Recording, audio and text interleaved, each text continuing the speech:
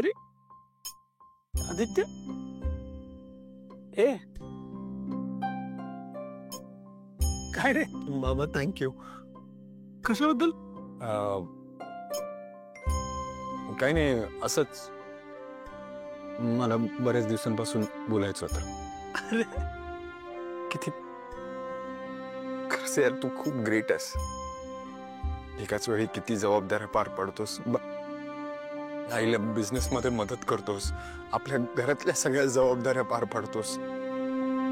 तुमची तुमची ते पेंटिंगची आवड जोपासता, कविता करता. मी खरंच खूप भाग्यवान समजतो स्वतःला की मी तुझा मुलगा आहे.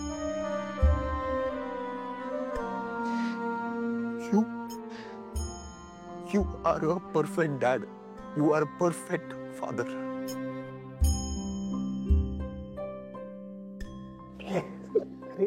अच्छा, आई बरोबर समोर आली की कशा या कविता आणि शेरोशायरी सुचते. मला सांग, कविता म्हणजे काय असतं?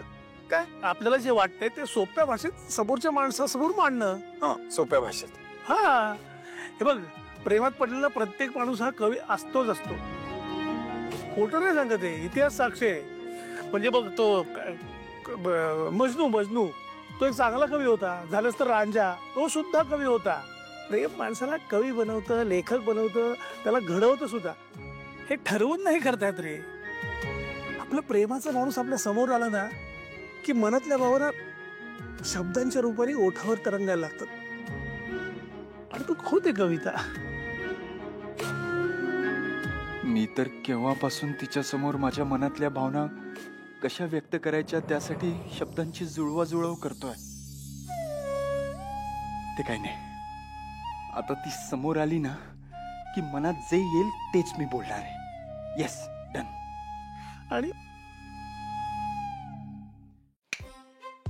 काय, कुठं हरवलंस? कुठं? नाही, काय नाही, तेच विचार करत होतो.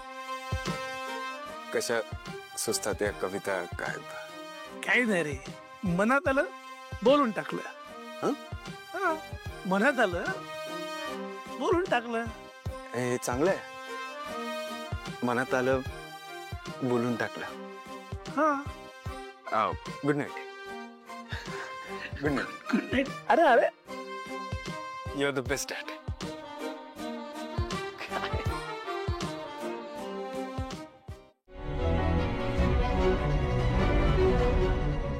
देवा, समधी कामं पटापट करावी लागणार आहे. परू हात चालव.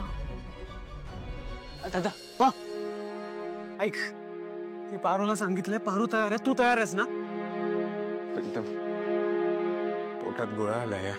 अरे डोंट वरी, सगळं व्यवस्थित होईल. ओके. नाही, पण तरीही काही झालं तरी मी आज पारूला माझ्या मनातल्या भावना सांगणार म्हणजे सांगणार. गुड.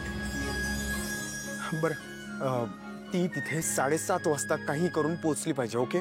तिला तिथे वेळेवर पोचवायची जबाबदारी माझी. हा.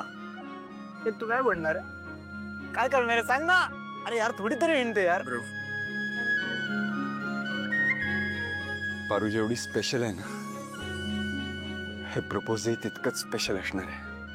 क्या बात आहे. तू फक्त ती 7:30 वाजता शार्प पोचली पाहिजे, ह्याच्याकडे लक्ष दे. Okay. Done done. Okay. Paru, बघ, दादाशी बोलणं झालंय माझं. 7:30 वाजता लोकेशनला जायचं. प्रीतम सर, ही एक अडचण आहे. काय? दामिनी मॅडमचा उपवास आहे. त्यांनी लई काय काय पदार्थ बनवायला सांगितले आहेत मला. अगं, मग तू नाही का नाही म्हणालीस तिला? असं कसं नाही म्हणणार? तुम्ही गप राहा, मला माझी कामं करू द्या. पारू, प्रीतम सर, मी आवडते ना पटापटा समज. काय यार पारू.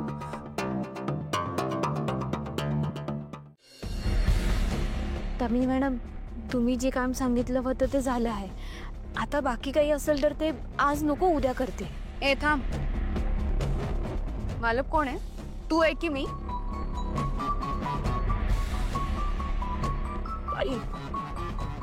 जास्तीचा शहाणपणा करायचा नाही. पारू, माझे पाय दुखतायत, जरा चेपून देतेस का ग? ओय पारू, अगं बहिणींचे पाय दुखतायत, जा जा चेपून दे जा. आलीच.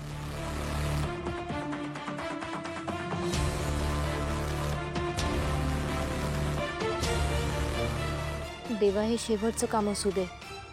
यानंतर मला फोटोशूटसाठी तयार व्हायचं आहे.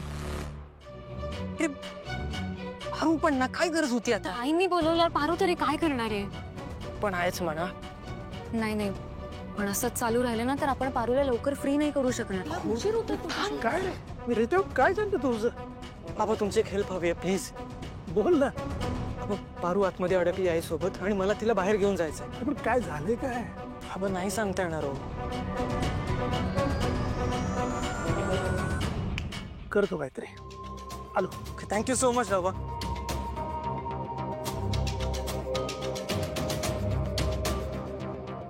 पारू इथे काय करतेस तू? हल्ली तुझं लक्ष नाही हा. म्हणजे तुझ्या त्या जास्वंदीला पाणी घालत नाहीस का हल्ली तू? मी तर घातलं होतं. मग ते माळी दादा काय म्हणतात बघ जरा. जा जा पारू आधी रोप बघ जा. आलेच. चल. पाय जास्त दुखत असतील तर मी आल्यावर चेपीन.